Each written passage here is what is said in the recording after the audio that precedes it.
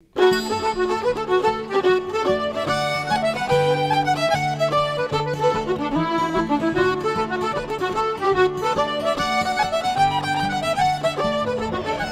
couple of weeks ago, I was doing a presentation.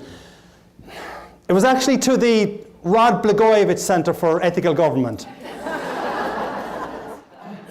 And it was actually, to be honest with you, it was a spellbinding, awe-inspiring presentation.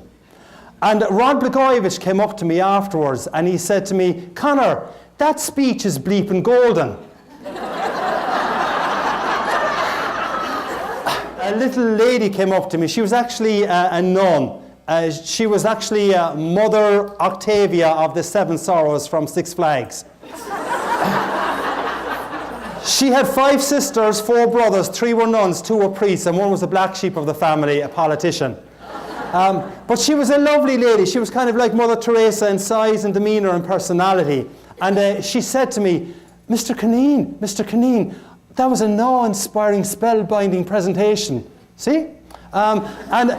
She said to me, "I loved your piece about goals, attitudes and behaviour, but she said, when you were living back in Ireland many years ago, and you were barely surviving on a meagre daily diet of thin cabbage soup and overboiled potatoes with the skin left on for added fibre." And she said to me, when you were living in sleeping in one of those tiny beds, in a tiny room, in a tiny cottage, in a tiny village, overlooking as you saw the sun go down over Galway Bay. And I said to her, "You mean, dear little old lady, when I was living in one of those pretty whitewashed thatched cottages that dot the picturesque Irish landscape?" And she said to me, "Shut up and don't interrupt me." And then she went on to say, Mother Octavia went on to say, "Mr. Cunneen, when you were living in one of those pretty whitewashed thatched cottages that dot the picturesque Irish landscape, did you at that stage have a clear goal and a clear vision that you would become a cherished and a beloved inspirational speaker who brings hope and meaning to the lives of ordinary people and even extraordinary people at the Edward Hospital recognition luncheon?" Word for word. I told her, "You know, dear little old lady, it wasn't as easy as that, because I remember many years ago running home. There was bitter, salty tears running down my angelic face.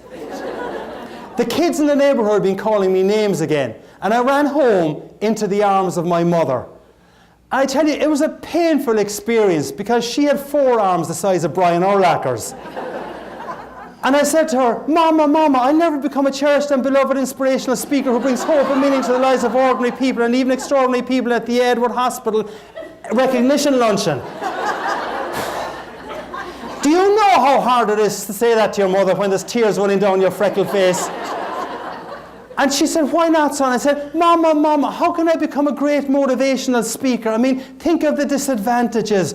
The deadbeat dad, the poor school grades, the poverty and the stutter. I said, how can I be seen to be a motivational speaker when we have none of those challenges as a family? My mother put down her glass of Dom Perignon champagne. And she said to me, son, you will become a cherished and beloved inspirational speaker who brings hope and meaning to the lives of ordinary people. And as for the people at Edward Hospital, son, nothing can help them."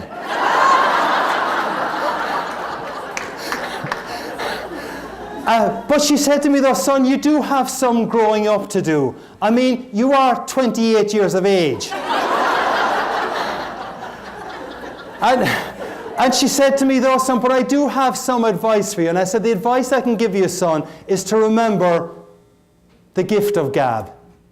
And my mama said to me, "Conor, if you remember the gift of GAB, goals, attitudes, behaviour, it can create a top of the morning experience for you and for the people that you work with." So she said, when it comes to goals, set yourself a simple goal that you can make a difference to someone on Monday or Tuesday or Wednesday, because it will actually pay it forward and it'll go on. When things go wrong, she said to me, and they will, the question to ask yourself is, what do I want my attitude to be? And if you have the simple goal of helping people, if you have a question to remember, what do I want my attitude to be, she said to me, when things go wrong, that is going to help you with your behaviour. And the simple little GPS, the GPS back in those days, the simple little GPS that you can use to help you stay on track with your behaviour is to write down 3 words on your business card, on a paper that you will see today, tomorrow, and on Sunday, Monday, Tuesday, Wednesday, Thursday, Friday. 3 words to describe how you would like someone to describe you. Goals, attitudes, behaviour. And I said to my mom, I said, goals, attitudes, behaviour. I said, I like it. Will that help me to become a cherished and beloved inspirational speaker? And she said, it might, son, but if you bring goals, attitudes, behaviour, it'll definitely help you to be a better person. And was my mom right? Yeah, she was.